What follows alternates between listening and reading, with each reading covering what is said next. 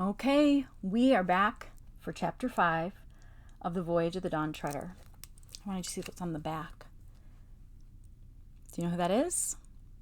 It's interesting because in the book it says he has dark, almost black, shiny fur. But maybe their choices were blue, pink, and white, and they thought white was better. Chapter 5, The Storm and What Came of It. It was nearly 3 weeks after their landing that the Dawn Treader was towed out of Narrow Haven Harbor. Very solemn farewells had been spoken, and a great crowd had assembled to see her departure. There had been cheers, and some tears too, when Caspian made his last speech to the Lone Islanders and parted from the Duke and his family. But as the ship, her purple sails still flapping idly, drew further from the shore, and the sound of Caspian's trumpet from the poop came fainter across the water, everyone became silent. That should say, from the poop deck. That would make it easier. Then she came into the wind. When they say she, they're talking about the boat. The sail swelled out, the tug cast off and began rowing back, and the first real wave ran up under the Dawn Treader's prow, and she was a live ship again. The men off duty went below. Drinian took the first watch on the poop deck, and she turned her head eastward round the south of Havre. The next few days were delightful. Lucy thought that she was the most fortunate girl in the world, as she woke each morning to see the reflections of the sunlit water dancing on the ceiling of her cabin, and looked around on all the nice new things that she had got in the Lone Islands. Sea boots and buskins and cloaks and jerkins and scarves. Those are all different kinds of shoes or clothes. And then she would go on deck and take a look from the forecastle at a sea which was a brighter blue each morning, and drink in an air that was a little warmer each day by day. After that came breakfast, and such an appetite as one only has at sea. She spent a good deal of time sitting on the little bench in the stern playing chess with Reepicheep. It was amusing to see him lifting the pieces, which were far too big for him, with both paws, and then standing on tiptoes if he made a move near the center of the board. He was a good player. When he remembered what he was doing, he usually won. But every now and then Lucy won, because the mouse did something quite ridiculous, like sending a knight into the danger of a queen and castle combined. This happened because he had momentarily forgotten that it was a game of chess and was thinking of a real battle and making the knight do what he certainly would have done in its place. For his mind was full of forlorn hopes, death or glory charges, and last stands. And Reepicheep is always ready to go into battle, remember? But these pleasant days did not last. There came an evening when Lucy, who was gazing idly astern at the long furrow or wake that they were leaving behind them, saw a great rack of clouds building itself up in the west with amazing speed. Then a gap was torn in it, and a yellow sunset poured through the gap. All the waves behind them seemed to take on unusual shapes, and the sea was a drab or yellowish color like dirty canvas. The air grew cold. The ship seemed to move uneasily, as if she could feel danger behind her. The sail would be flat and limp one minute, and then wildly full the next. While she was noticing these things and wondering at a sinister change which had come over the very noise of the wind, Drinian cried out, "All hands on deck!" In a moment, everyone became frantically busy. The hatches were battened down. The galley fire was put out. Men went aloft to reef the sail. Before they had finished, the storm struck them. It seemed to Lucy that a great valley in the sea opened just before their bows, and they rushed down into it, deeper down than she would have believed possible. A great gray hill of water, far higher than the mast, rushed to meet them. It looked like certain death, but they were tossed to the top of it. Then the ship seemed to spin around. A cataract of water poured over the deck. The poop castle and the forecastle were like two islands with a fierce sea between them. Up aloft, the sailors were lying out along the yard, desperately trying to get control of the sail. A broken rope stood out sideways in the wind, as straight and stiff as if it was a poker. "Get below, ma'am!" bawled Drinian. And Lucy, knowing that landsmen and landswoman, which she was, are a nuisance to the crew, began to obey. But it was not easy. The Dawn Treader was listing, means tipping, terribly to starboard, right? And the deck sloped like the roof of a house. She had to clamber around to the top of the ladder, holding onto the rail, and then stand by while two men climbed up it and then get down it as best she could. It was well that she was already holding on tight, for at the foot of the ladder, another wave roared across the deck up to her shoulders. She was already almost wet through with spray and rain, but this was colder. Then she made a dash for the cabin door and got in and shut out for a moment the appalling sight of the speed with which they were rushing into the dark. But not, of course, the horrible confusion of creakings, groanings, snappings, clatterings, roarings, and boomings, which only sounded more alarming below than they had done on the poop deck. This is the picture of how bad that storm was. Look at that ship. You can hardly see it because it's so covered with waves. It doesn't look like it's going to make it, does it?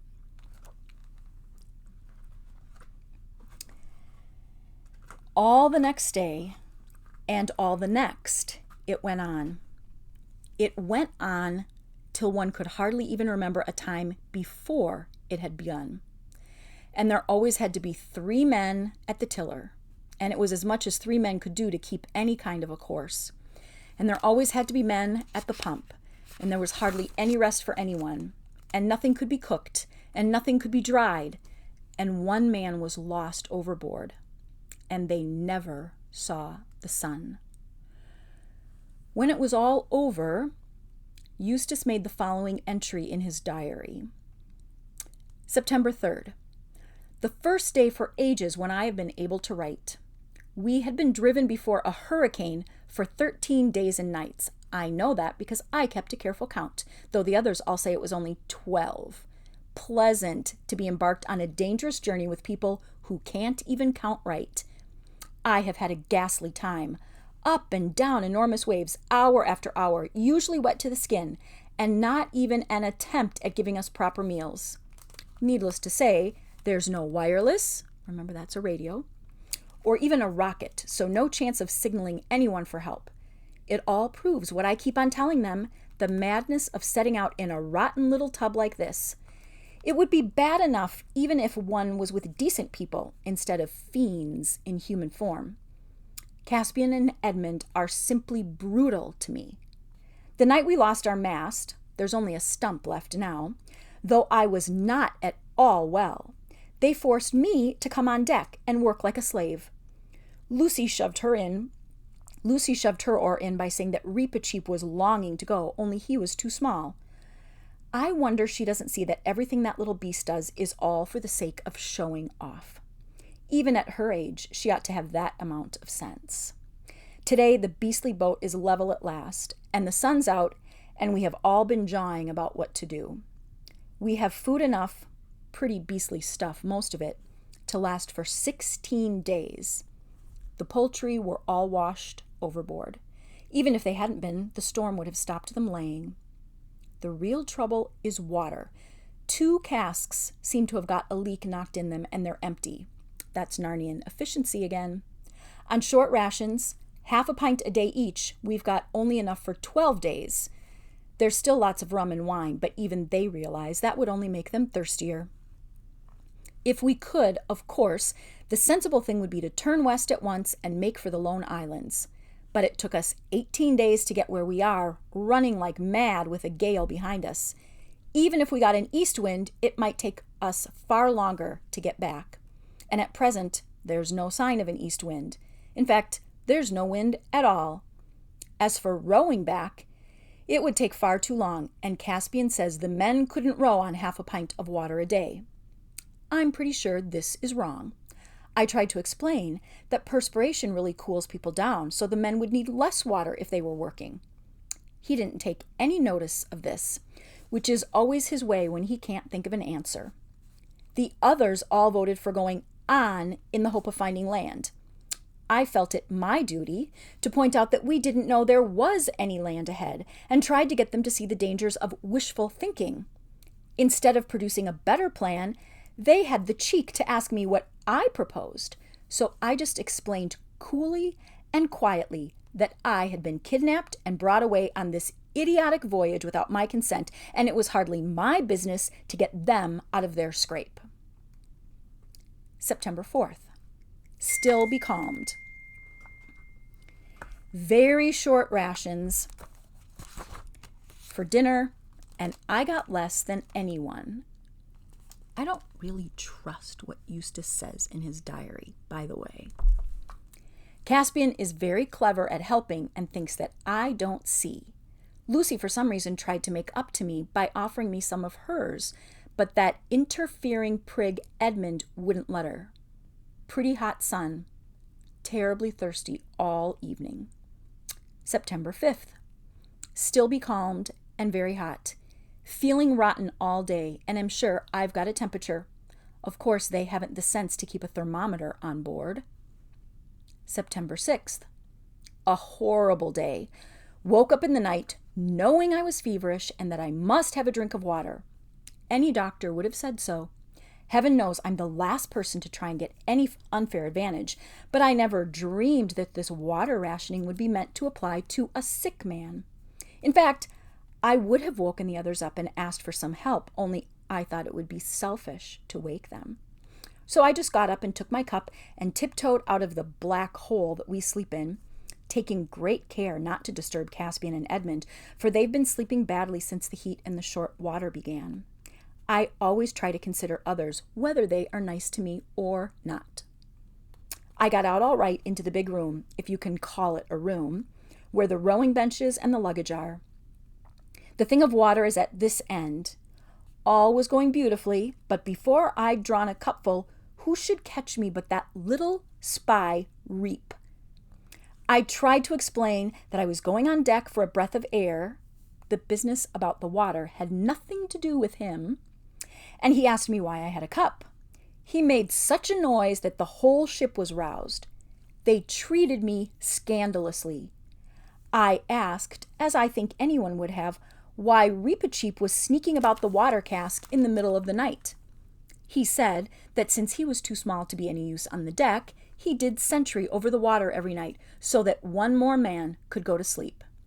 Now comes their rotten unfairness. They all believed him. Can you beat it? I had to apologize, or the dangerous little brute would have been at me with his sword.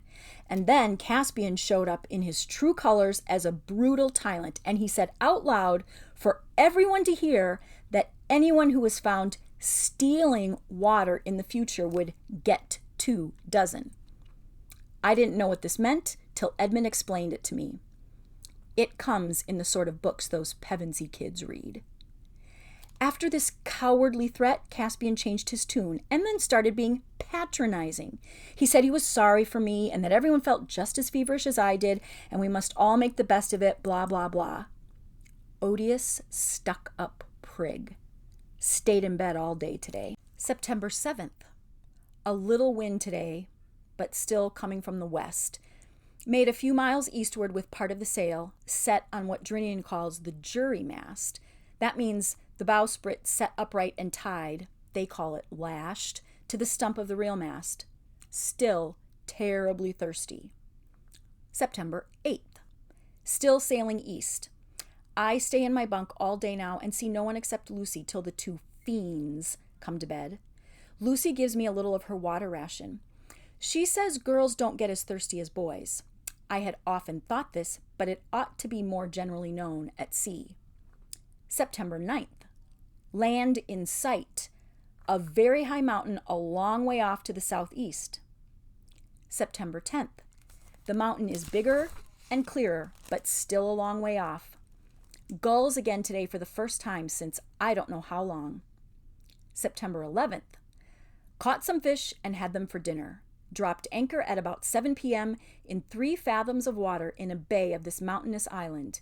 That idiot Caspin wouldn't let us go ashore because it was getting dark and he was afraid of savages and wild beasts. Extra water ration tonight. Here's a picture of the ship pulling in. Look at how beat up it is. Look at the sail. It just looks like a rag, doesn't it? Yeah, it was a bad storm. What awaited them on this island was going to concern Eustace more than anyone else. But it cannot be told in his words because after September 11th, he forgot about keeping his diary for a very long time. When morning came, with a low gray sky, but very hot, the adventurers found that they were in a bay encircled by such cliffs and crags that it was like a Norwegian fjord. I have been to Norway, and I've been to Norwegian fjords, and I love that this book says that. In front of them, at the head of the bay, there was some level land, heavily overgrown with trees that appeared to be cedars, through which a rapid stream came out. Beyond that was a steep ascent ending in a jagged ridge, and behind that a vague darkness of mountains which ran up into dull-colored clouds so that you couldn't see their tops. The nearer cliffs, at each side of the bay, were streaked here and there with lines of white, which everyone knew to be waterfalls, though at that distance they didn't show any movement or make any noise. Indeed, the whole place was very silent, and the water of the bay was as smooth as glass. It reflected every detail of the cliffs. The scene would have been pretty in a picture, but it was rather oppressive in real life. It was not a country that welcomed visitors. The whole ship's company went ashore in 2 boatloads, and everyone drank and washed deliciously in the river and had a meal and a rest before Caspian sent 4 men back to keep the ship, and the day's work began. There was everything to be done. The casks must be brought ashore, and the faulty ones mended if possible, and all refilled. A tree, a pine if they could get it, must be felled and made into a new mast. Sails must be repaired, a hunting party organized to shoot any game the land might yield. Clothes had to be washed and mended, and countless small breakages on board had to be set right. For the Dawn Treader herself, and this was more obvious now that they saw her at a distance, because they're on the land and the boat is out there, she could hardly be recognized as the same gallant ship which had left Narrowhaven. She looked a crippled, discolored hulk, which anyone might have taken for a wreck, and her officers and her crew were no better. Lean, pale, red-eyed from lack of sleep, and dressed in rags. As Eustace lay under a tree and heard all these plans being discussed, his heart sank. Was there going to be no rest? It looked as if their first day on the longed-for land was going to be quite as hard work as a day at sea. That's funny because he never did any work. Then a delightful idea occurred to him. Nobody was looking. They were all chattering about their ship, as if they actually liked the beastly thing. Why shouldn't he simply slip away? He would take a stroll inland. He would find a cool, airy place up in the mountains.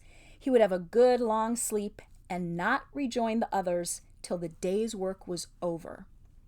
He felt it would do him good. But he would take great care to keep the bay and the ship in sight so as to be sure of his way back. He wouldn't like to be left behind in this country.